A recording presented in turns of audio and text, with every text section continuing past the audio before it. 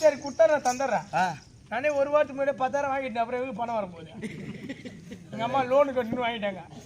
அது ரைட்டு தான். இங்க வாங்க. அப்பேற்பட்ட நான் அந்த உலகெல்லாம் உணர்ந்து அதுதான் கரியவள்